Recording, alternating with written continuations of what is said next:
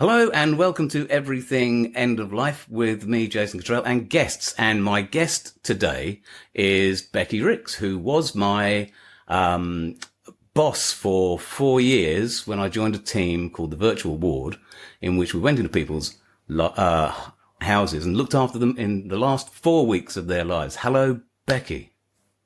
Hello, Jason. How are you? I'm good, thank you. How are you? Now the kids are back at school. I'm just feeling tremendous. It's like a weight lifted.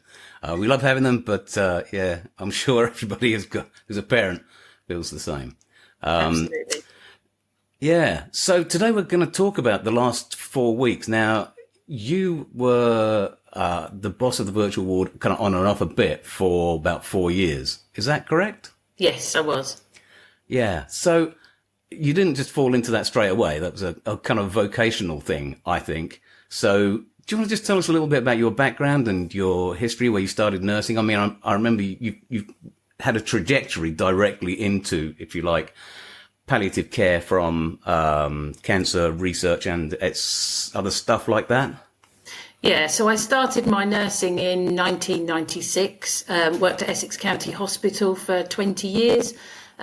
Started on the wards working with, which at the time we used to do a lot of chemotherapies because the chemotherapy units weren't as large as they are now. So, and obviously not as advanced. So most people had their chemotherapy on a ward, and it was over quite a few days as opposed to how they are now, because obviously research and everything has changed and chemotherapies have dramatically changed, thank goodness. And there's a lot more control over side effects, etc. And there's many more chemotherapies that people can have, which is brilliant, really, because obviously it means that people's journey is sort of like extended considerably compared to what it was 20 years ago. So I did that for a number of years. Then I went from there into outpatients and did the outpatient oncology clinics. And it was while I was doing that I then had the opportunity to become a research sister. So I did clinical trials in research. So we looked into different sort of treatment that people could have within their journey. We were involved in quite a few of the trials, which led to some of the drugs now being used on patients, which was brilliant. It must have been really, really rewarding, I'd have thought. It was, and really interesting as well. It was a really insightful job, got to learn a lot about sort of obviously not only diseases themselves, but also, the reasons why all these different treatments may or may not work. So that was quite interesting, and we got involved in several of the trials that are now treatments that are standard treatments for patients, which is obviously really exciting, and it's really interesting to have been part of that journey, which is great, really. And then from there my manager at the time left, and for a period of time I became the manager in the research in the clinical trials unit, and from there I then became a breast care nurse, but also at that point I kind of realised that I wanted to be a secondary breast care nurse. So when patients' breast cancers have metastasised to other organs, I then sort of became the metastatic and set that service up, became the fifth metastatic breast care nurse in the country, which was obviously again quite sort of putting Colchester on the map, really, which was good. Yeah, pretty cutting edge, I'd have thought. It was, and sort of did a lot of audits and things, and sort of found that the service was, very beneficial, and that's still running today, which is great. And when I was in that job, then obviously I decided that I wanted to go a little bit further with the palliative, and I did my palliative care degree at that time, which was obviously slightly difficult when you're at a later age rather than doing it when you're sort of in your 18, 19 years. And I've got to say, I'll just stop you there. I know exactly what that's like, because I did a BA in performing arts when I was about 30, and everybody below me was about 18 years old, 19, and I felt like such an old person. And I'm twice that age now, so I know exactly where you're coming from.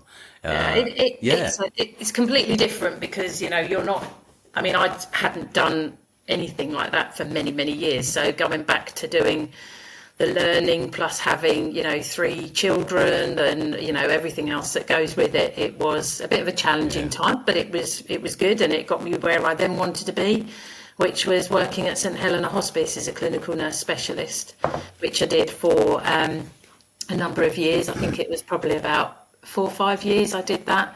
And then, like you said, for the last 4 years, it was working in the virtual ward team, which was obviously supplying personal care for patients in the last 4 weeks of life, which is obviously a job that I thoroughly enjoyed. Okay, and that's where we met, really. And my journey through that was I was not in nursing for years, for 30 odd years. And then I had a little business distributing cooking oil. And of course, COVID turned up and nobody needed cooking oil because everything closed down. And so somebody said there's a job going in palliative care, which, to be honest, even having been a charge nurse in psychiatry for a few years, I did not have a clue about what palliative care involved, what it was about, what a hospice does.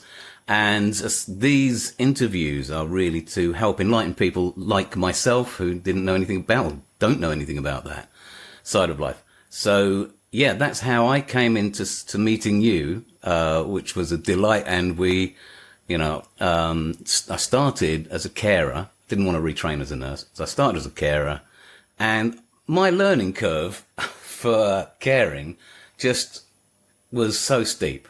It changed dramatically since I was a nurse all those years ago. And you must have seen that sort of kind of change as well, because if you'd worked at Essex Hall was a proper institution, So there were things that came in that I'd not seen before, like the beds, the profiling beds, which are a mechanical piece of genius, But let's just get back to that 4 weeks. So specifically, something happened when I was a carer, going into people's houses. One of the questions that would continually come up is, I know you can't say, but how long have they got? My relative, that is. And it was always a really tricky one. And I remember saying to you, well, how do you know? Because how do you have a clue? And you said, well, it's experience, really, quite a lot of it. But there are markers. So do tell us about the markers. I mean, how does that? Well, I think the first thing to say is that obviously everyone's dying process, everyone's death is different. There isn't anyone that's the same. They might have similar sort of like patterns, but there is, it's very unique to not only the patient, but obviously the relatives as well. So I think that's important to say, first of all. But how do we know? Again, like you've just pointed out, I think just years of experience will make you know when that time is coming. And you can give people sort of pointers as to what to look out for, which may well be things such as getting more sleepy, spending more time in bed, which obviously the majority of the patients, as you know, Jason, that we had, you obviously would have identified that as well, that, they might have been a little bit mobile, a little bit fragile and frail, but a little bit mobile when we first started going out to them. And then you noticed yourself that they were spending more time in bed. They were very fatigued, extreme fatigue. And I think that's one thing that, it's not like, oh, I'm just a little bit tired because I didn't sleep last night. It is literally the whole body is drained of any energy and it's completely exhaustion, and so someone won't want to get out of bed. And I think also one of the other major things, which obviously is quite difficult for family members, is the fact that the appetite reduces. So not wanting to eat, not wanting to drink. And we all know that we're brought up that, we eat and we drink to survive. So for a family member, that's quite a difficult thing to come round to, in the fact that their loved one doesn't want to eat anything, and they might be trying to, sort of say to them, you need to eat, you need to eat, you need to eat. But if they don't want to Yeah. eat, then, you know, we have to kind of have those conversations with them that, you know, they're not moving around as much, they're not as hungry, they actually don't want to, they might not be able to digest things because of the fact that things are slowing down. And it's We just, found that there was an element of guilt there. That Yeah. the relatives would feel guilty that they weren't properly looking after somebody. They weren't having a square 3 meals a day, even though their appetite, as you say, was on the floor, you know. Yeah. Yeah. And I think, and again, that goes back to the, you know, we are always, it's kind of like embedded in our brains, isn't it? That, you know, you have to eat in order to carry on. And that's very difficult. It's that I would say is probably the most difficult thing for people to accept, that they don't want to eat, they don't want to drink. And they know then that if they're not doing that, like you said, there's a guilt element that they should be eating and they should be drinking. But Yeah. trying to have those conversations sensitively, obviously, is, you know, really difficult for families to accept. And they do feel guilty because they feel like if I don't give it to them, then I'm kind of helping them in a way, but it's nothing to do with that at all. And also I used to hear people say, well, if I sit and eat a meal, then I feel guilty sitting eating a meal on my own. Or, you know, there might be some people that have been married for many, many, many years, and that's the one time, we know with families, it might be the one time you all sit down in a day together and have a meal. And, you know, with husbands and wives or partners, it may well be that once you come home from work, that's the only time that you really do sit down together. And if that person then isn't there to do that, again, there's that feeling of, I'm not doing what I should be doing, you know, and or should I be eating? Maybe I shouldn't be eating, you know, so that I'm like them and I'm not eating in front of them, and all of those kind of feelings. I think it's that also that break in the normal routine. The routine has been set for 20, 30, 40 years, whatever. And so that routine is it's in itself a very difficult thing for some people to break and to see crumble in front of them, if you like, and have to put new routines in place. And that can be stressful by itself. It's almost like the grieving process is beginning there in that last 4 weeks. Yeah, and then it's that realization, isn't it? That, oh dear, we're at that point now. And again, I think that's where the support element, you know, really comes in, because a lot of it is the communication, the talking to people, you know, and just being there to support them and to guide them through those really awful sort of times. I've got to say, it was a real privilege to be a part of that job, you know, to be able to go into people's houses, and every home was different and every story was different. But it was a beautiful thing in many ways to be a part of that journey. And one of the things that we did use to, which you really wouldn't kind of think, is there was a lot of laughter, you know, in many houses. There was a lot of, you know, a lot of joy around that time, it's almost like the apposition of opposites. When something's really, really terrible, we feel, you know, like, well, certainly British humour, I think, comes out, and people want to be supportive in a happy, joyful way, and people make more jokes perhaps than they normally would. Even the patients, quite often, I found some patients who were just, you know, comedic. They were just brilliantly funny, you know. And there was I remember one chap who had a funeral as opposed to a funeral, and so he invited all his friends round. He knew he was going to go downhill within the next, you know, couple of weeks. So he invited all his friends around, and they had a garden party, and they had jugglers, and they had a burger van, and it was, it was amazing, sort of thing. So that time, it's not just all doom and gloom quite often. I mean, it can be, you know, really harsh in places, but I think there's a lot of joy out there as well at that time. And I also think that the privilege of being in someone's house and seeing them on a regular basis is that you become almost part of that family. You know, they really rely on you, and they trust you. And trust is a huge thing in someone's end of life. You know, they need to be able to trust the services that they have and the people who are there looking after their loved ones.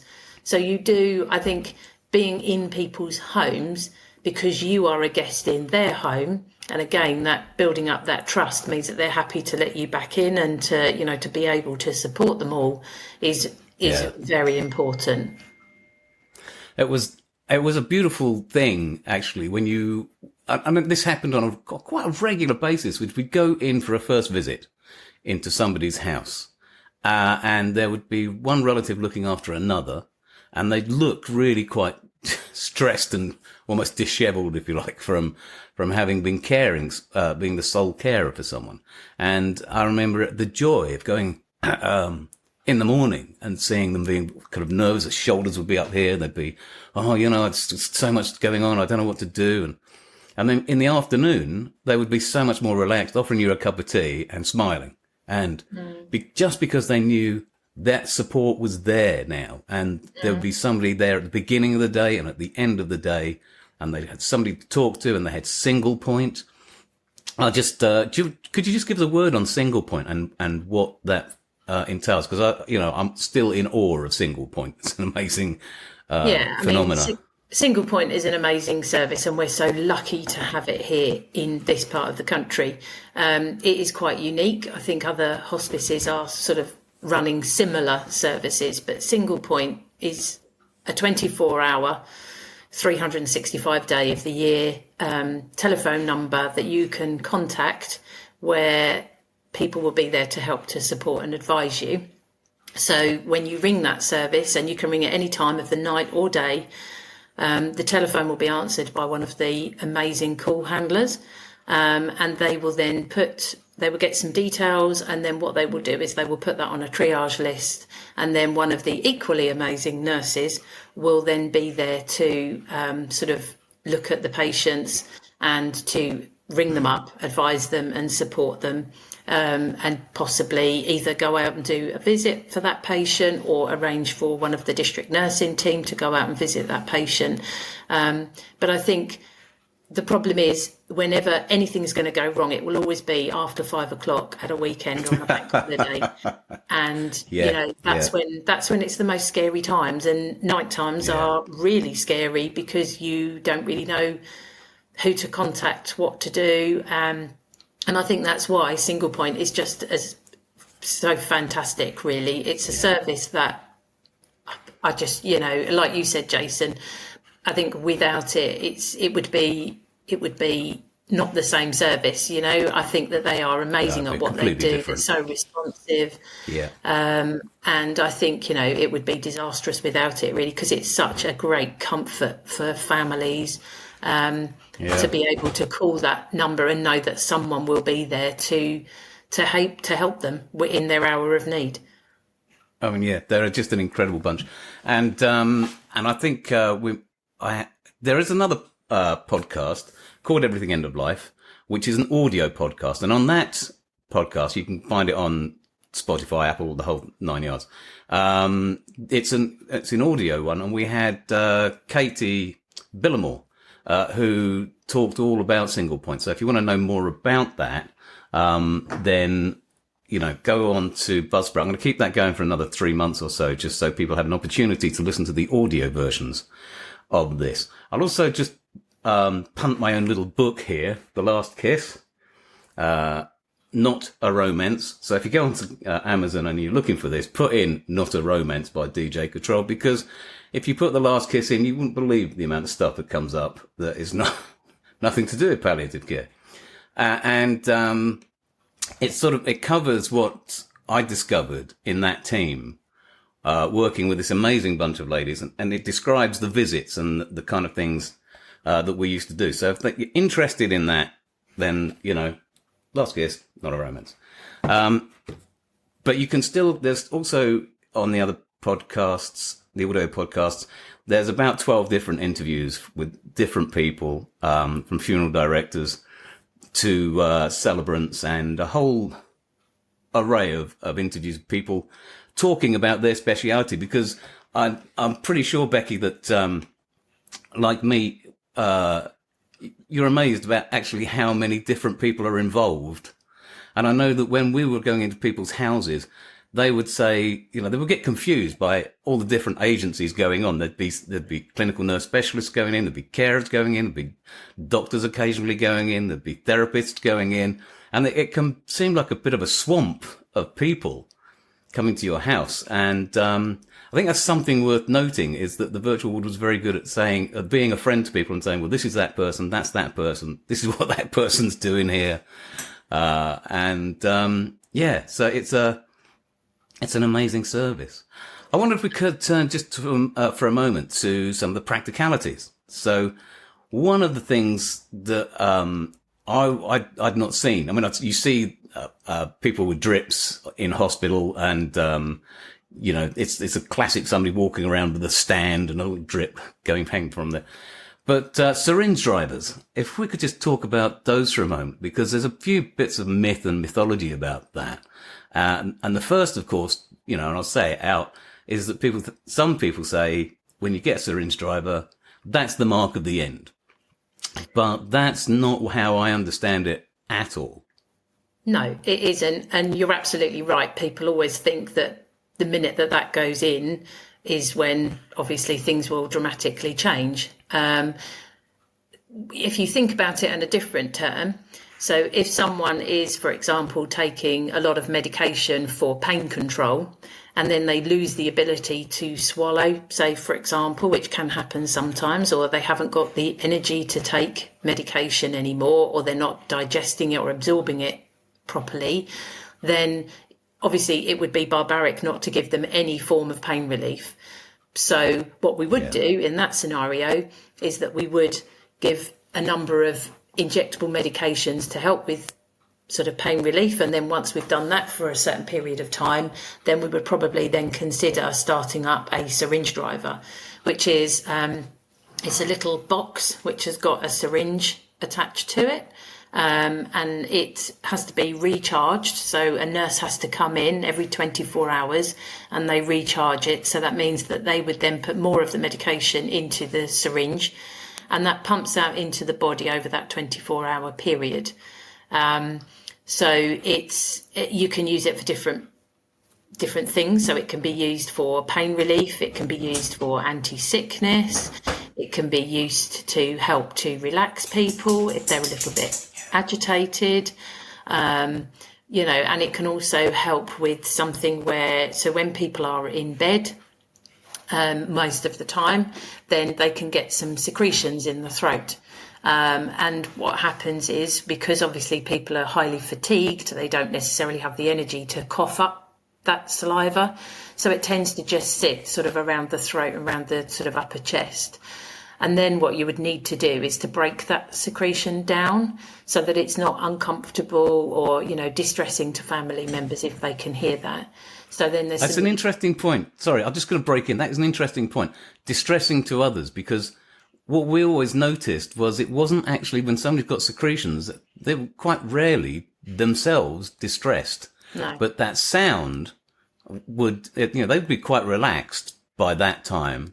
So you hear that kind of gurgle going on as they're breathing, but it would be the relatives who would be more concerned, if you like. And I think that's one of the things that, the syringe driver helps with. It kind of, correct me if I'm wrong, but it kind of doesn't get rid of the secretions, but it arrests that progress, that development of secretions. Yeah, so it's to kind of dry up the secretions. So that's the whole purpose of that, is to dry up those secretions so that it doesn't sound as distressing for relatives. And you're absolutely right. Yeah. It doesn't seem, in all the years that I've been nursing, it doesn't appear to cause any distress to any of the patients I've ever nursed. It's more for the family if they can hear it. I mean, sometimes you hear it called the death rattle, which I don't like, but you sometimes do hear it called that. But it is literally secretions that are sat here. So normally what we would do is we would swallow, we would cough, and we would get rid of those secretions. But if you haven't got the energy to do that, then, or if you're not sort of very conscious, then obviously that is going to just sit there, especially if you're laying in a bed. It will just sit there, and that's when it makes that noise. So it is literally just to try and dry up those secretions, to break them down. I think it's also worth mentioning that there's a whole bunch of, there's basically about 4 anticipatory meds, and they come in a bag. And that's prescribed. When somebody's saying, well, okay, we're looking at the last month, the last couple of months, then somebody will have the gumption to order the anticipatory meds so that they are in the house ready for that part of the journey. Yeah. And I think that's such a reassuring thing for a lot of people is once it's explained to them, that's what they're there for. If there's a problem or if they're required, and they're not always required, and a syringe driver is not always required. But they are there ready for that eventuality. Yeah, absolutely. And, the clue's in the name. They're anticipatory medicines, in anticipation of when that time will come, that they may well need to be used. And nobody would ever sort of start a syringe driver without talking to the family, explaining what they're for, explaining why we're starting them, and having those kind of conversations with family members. Yeah, I think that's an interesting thing you just brought up there is about the conversations because and it takes quite an experienced carer, nurse, doctor to have that conversation, to be able to use the terms, your relative is dying. They're not, this is not something we're to talk around fluffily. I remember you coming into one of our patients once and saying to him, look, we have the thing called the DNAR. Do not attempt to resuscitate. And you'd kind of asked him if he would be okay with signing that. And he was saying, well, look, there's lots of things I still want to do. But he was in quite a poorly way. I mean, there was no getting away. Probably got a week, left. And his wife was sitting there and the conversation went along the lines of, yes, but if you have a stroke or a heart attack, then that's going to leave you in a much more debilitated, condition, and your wife is going to be finding it even more distressing to try and look after you because you know that you're going to be dying. And to be that blunt to somebody, to have to say, that takes, I think, a special skill. And actually, he was really lovely because in the end, I think he did sign it, and he was okay with that. But that conversation, must take years of experience to be able to measure somebody's reaction and how far you can go with that. And I think that's something I observed in you, and I just, big compliment because that was just amazing. I mean, oh, crikey. So I think one thing just to sort of say to you is that a patient doesn't sign a do not resuscitate. Right. It is something that a clinician would do. So a do not resuscitate. Yeah, sorry. Yeah, no, that's fine. It's just because people do often say, well, I never signed anything. So I thought it's important to say you don't actually, the patient doesn't actually sign it. It's the clinician that signs it, but you do it with the patient's consent. So, or a family member, depending on obviously the situation. So they should be very sensitive conversations. Obviously, sometimes, unfortunately, like a lot of things in life, they're not done maybe in the way that they could be done. But it is always better to have those conversations with the patient themselves and to kind of help with their planning a little bit about what they want. I think the hardest part is to kind of come in when it's too late and then try and make all of those kind of decisions, because then obviously you have to then ask the family members what they would want, that for the patient, or what they know the patient would want, and it can then sometimes be a little bit more difficult. So I think the more planning you can do when it gets to that situation, the better, really. And I think the important thing about the do not resuscitate is the fact that it's only when the heart naturally stops that then we wouldn't attempt to do that resuscitation. So it doesn't stop anything else. And I think that's the one thing that most people fear, is that when you've got one of those, that people are just going to say, oh, well, he's got to do not resuscitate, we won't bother giving him anything. And that's not the case. If you needed antibiotics, or, if there was a reversible cause, then of course we would be doing that. It's only when the heart naturally stops, if you've got a do not resuscitate, that we would then say, okay, he's got a do not resuscitate. Let's just let him naturally die, in a natural way, rather than trying to be heroic and try and do anything that would actually not be in their best interest. So what we're talking is, if somebody is dying, but they get a chest infection, and yet that's treatable, then that is something that you would continue to treat. Absolutely. And the same with anything of that nature that's there to make the patient more comfortable. Yeah, absolutely. Any reversible cause or anything that we think we might be able to reverse, then obviously that would certainly happen. And I think that's one thing that sometimes, if that conversation isn't held correctly, then that is one thing that people do fear, that the minute I have got that do not resuscitate in situ, does that mean that that's it? That, you know, everyone's just going to go, well, we're not going to do anything now. And that is where that is incorrect, because it is nothing to do with that. It is just purely about your heart naturally stopping. That's it. So that's something definitely I think, you know, I wanted to clarify, and to talk, but also to say that it's got to be a great act of compassion to be able to sit with somebody and have that conversation, because you're there on their behalf, their family's behalf. And framing exactly, you know, what is likely to happen and what could go wrong and what could go right. So, just having that conversation, I think, is a compassionate thing all by itself. So, I think probably we ought to round off really, because we're just, you know, I could talk with you for ages about this, because it was such an amazing team and such an incredible job to do. But I think just to round off, we ought to maybe talk a little bit about general services for people when they're coming to end of life care. That there are so many other support services apart from the virtual ward, which the virtual ward doesn't exist in its form because of funding issues and all sorts of problems. But there are, you know, my father-in-law died up in Sudbury direction, and they had a hospice up there who gave such a very similar service. So I think, you know, it's not peculiar to Colchester, or it's not peculiar to St Helena to have those great teams in place. That should be, I think, correct me if I'm wrong, but I think that's something that should be a basic standard of all palliative care that should be available to people for free. But then I'm a socialist, if you like, in that respect.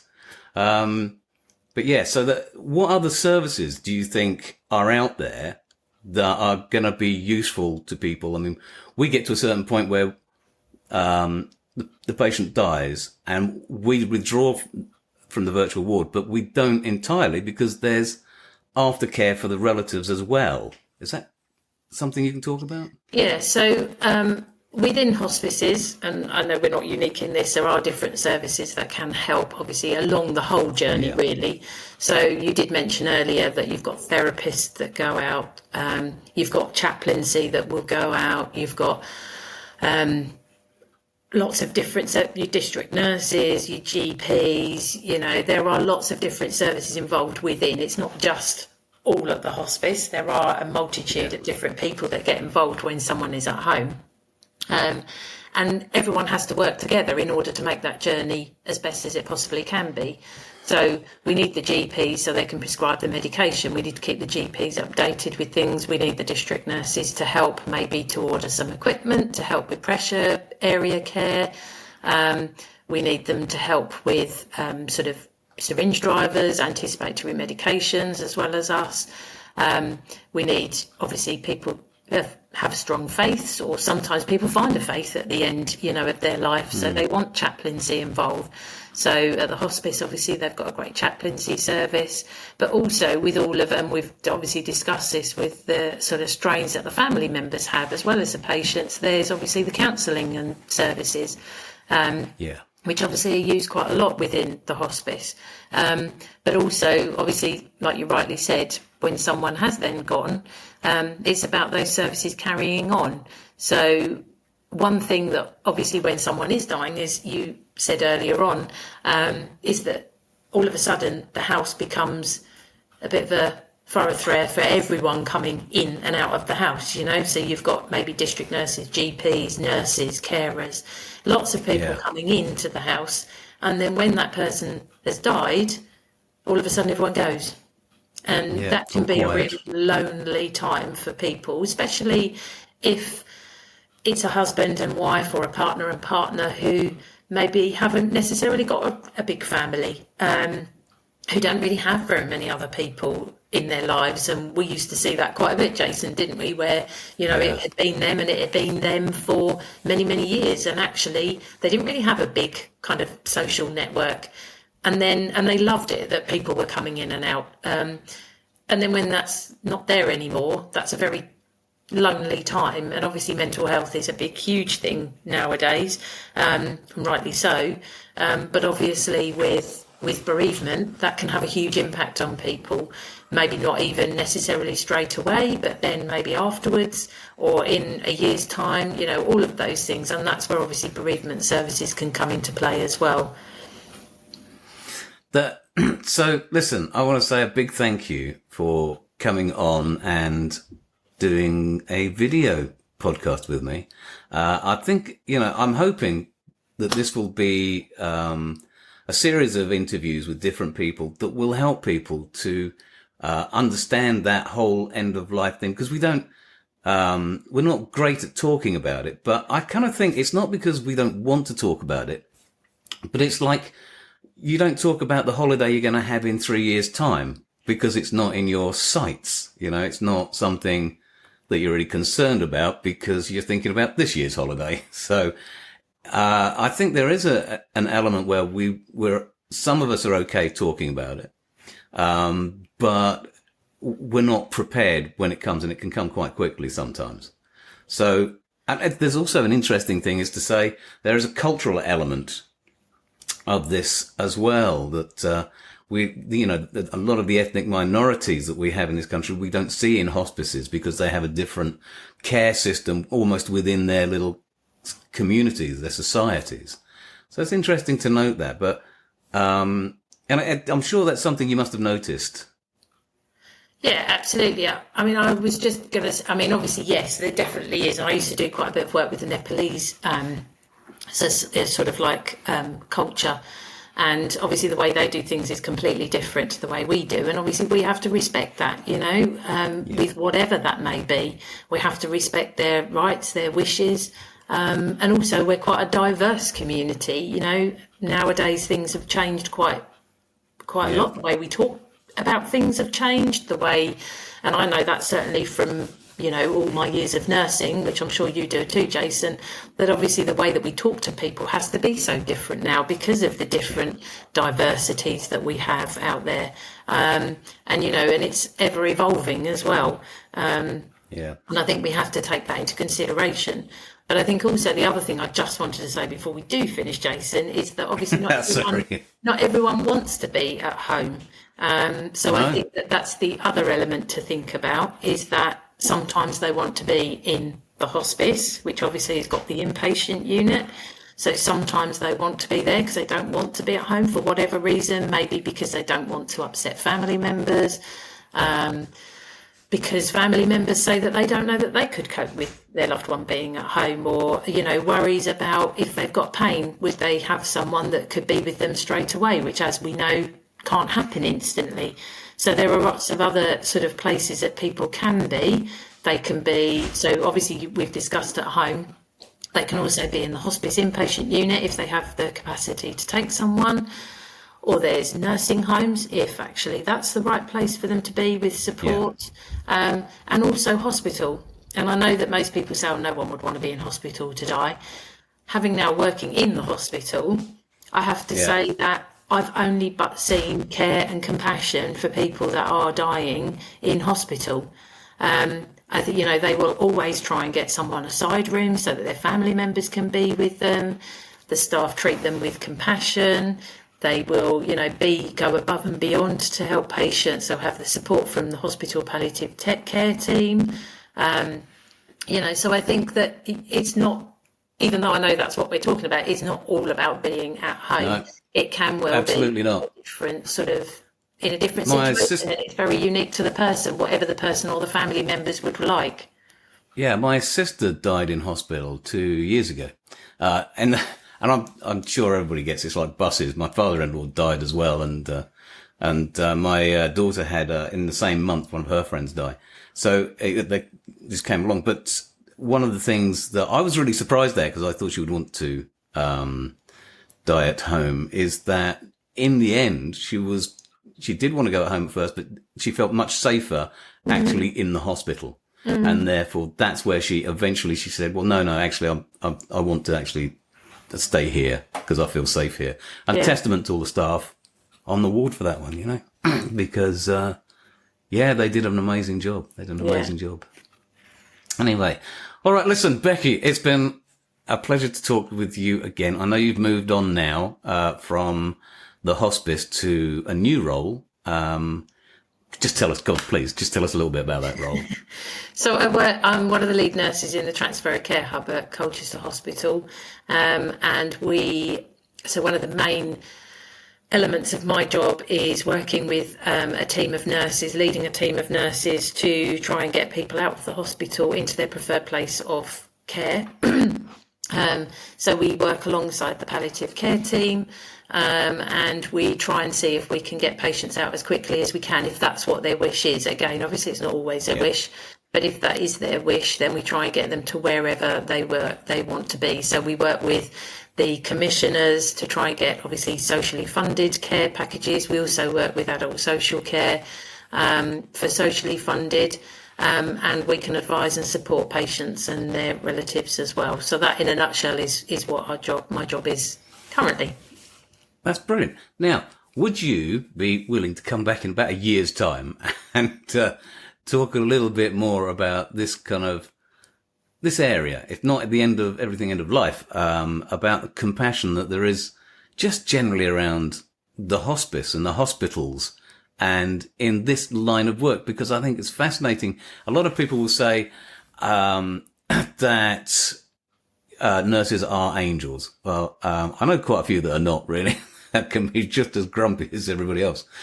But the basic wanting to help other people, I think that is something that we all kind of share in a line of compassion.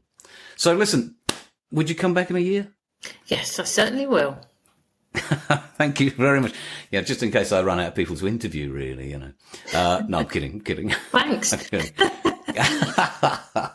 No, it's always a pleasure, as you know, and we always thought you were such an amazing boss to that particular team. So thank you once again, and we'll end it there. Thank you very much. Thank you, Jason, and thank you for asking me to come and talk. No, it's been an absolute joy again. All right. Cheerio. Bye. Thanks, Jason. Bye. Bye.